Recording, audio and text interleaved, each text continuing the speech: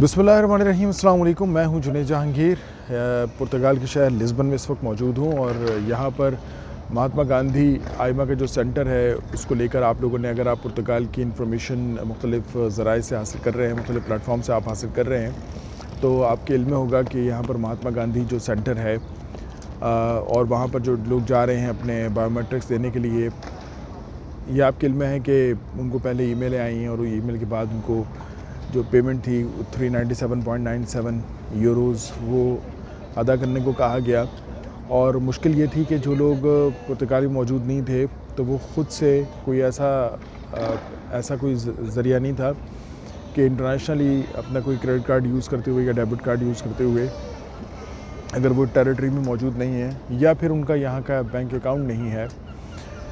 तो वो मुश्किल थी उसमें पेमेंट करने के लिए। लेकिन जो लोग यहाँ थे या जिनके यहाँ के अकाउंट्स थे और वो उसमें ऑप्शन था कि वो गवर्नमेंट सर्विसेज को पे कर सकते हैं, तो उन्होंने तो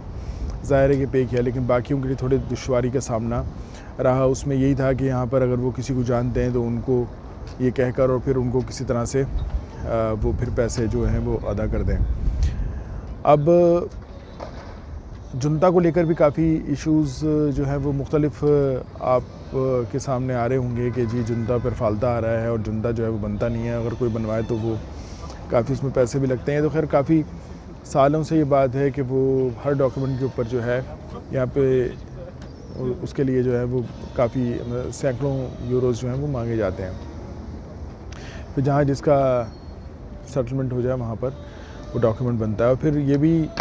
देखना होता है कि वो डॉक्यूमेंट ओरिजिनल जेन्युइन भी है कि नहीं है। तो जुनता के बनवाने के हवाले से भी काफ़ी कन्फ्यूजन है लोगों को और लोग ये समझते हैं कि उनको सिर्फ जो है वो रेंटल एग्रीमेंट हो तब ये मुमकिन है, या वो विटनेसेस जो होते हैं जो कि ये शहादत वहाँ जाके दें जुनता के ऑफ़िस में कि जी ये यहाँ पे रहता है ये शख्स, तब मुमकिन होता है। आपको एग्रीमेंट दिखाना पड़ता है तब मुमकिन होता है। लेकिन एक इसमें कानूनी जो शिक है, जो एक ऑप्शन है वो ये भी है कि अगर ऑलरेडी वो एड्रेस आपके फाइनेंस के पोर्टल के ऊपर अपडेटेड है तो फिर आपको ना तो उनको गवाह लेके जाने की ज़रूरत है, ना ही आपको कोई टेनेंसी एग्रीमेंट दिखाने की ज़रूरत है, कॉन्ट्रैक्ट दिखाने की ज़रूरत है, यानी कि वो जो लैंडलॉर्ड और टेनेंट के दरमियान होता है वो दिखाने की ज़रूरत नहीं है। क्योंकि ये उनके अपने कानून में ये चीज़ है कि अगर फाइनेंस के पोर्टल के ऊपर आपका जो एड्रेस है, यानी कि जो टैक्स डोमिसाइल है, अगर आपका उसी एड्रेस का है जिसका आप जुनता लेने जा रहे हैं और वो मुतालिका आप जुनता ऑफ़िस में जा रहे हैं, जो म्यूनसिपैलिटी का ऑफ़िस होता है यहाँ की, मुतालिका ऑफ़िस में जा रहे हैं, वो एड्रेस से वेरीफाई कर लेते हैं तो वो फिर आपको मिल जाता है। उसके अंदर आपको ना गवाह लेके जाने की ज़रूरत है, ना कोई टेनेंसी एग्रीमेंट दिखाने की ज़रूरत है, वो फिर जुनता आपका बन जाता है। उसके कोई ज़्यादा चार्जेस भी नहीं है, नॉमिनल से चार्जेस है। अर्जेंट की अगर हम बात करें तो 11.25 तक भी चार्ज किए जाते हैं। मुख्तलिफ जो जुनता ऑफिसेज़ हैं उनके मुख्तलिफ रेट्स हो सकते हैं। ऑर्डनरी के कुछ कम होते हैं, 4-5 यूरो के करीब होते हैं। अगेन मुख्तलिफ जुनता ऑफिस के अलग रेट्स होते हैं, अलग उनकी फ़ीस है। तो ये एक अहम बात है और इस पर मेरे निगाह से भी कोई ऐसी वीडियो नहीं गुजरी कि जिसके ऊपर ये वजाहत की गई हो कि जुनता जो है वो अगर आपका फाइनेंस का ऑफिस पर, फाइनेंस के पोर्टल के ऊपर, फाइनेंस के डॉक्यूमेंट के ऊपर टैक्स डोमिसाइल, दूसरे लफ्ज़ों में अगर उसके ऊपर आपके एड्रेस है, जो कि आप टैक्स डोमिसाइल चेक कर सकते हैं अपने फाइनेंस का पोर्टल ओपन करके, अगर आपके पास उसका पासवर्ड है, उसका जो नंबर है आपका फाइनेंस का नंबर वो, और साथ ही साथ पासवर्ड, तो वो आप चेक कर सकते हैं कि आपका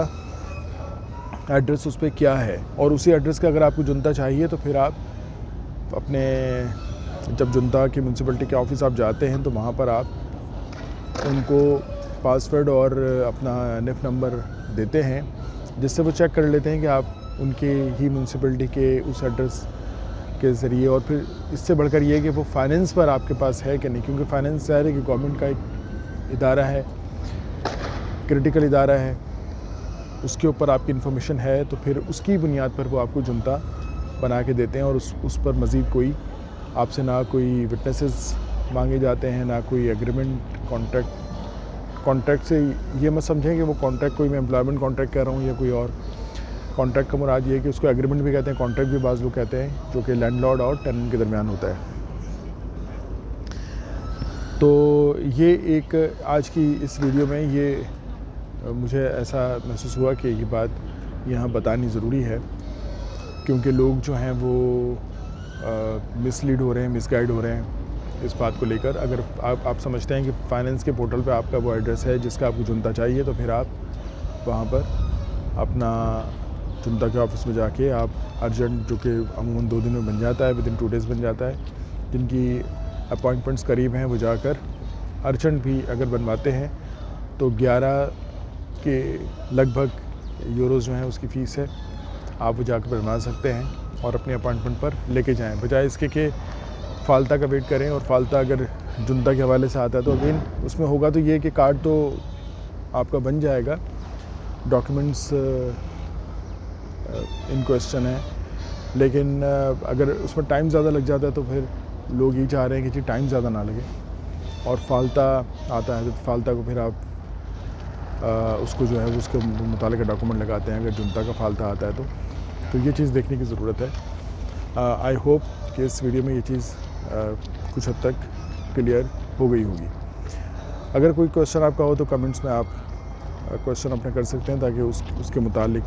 मैं कोई वीडियो में आपको आंसर कर सकूँ। Thank you so very much for watching. आपके टाइम का बहुत बहुत शुक्रिया।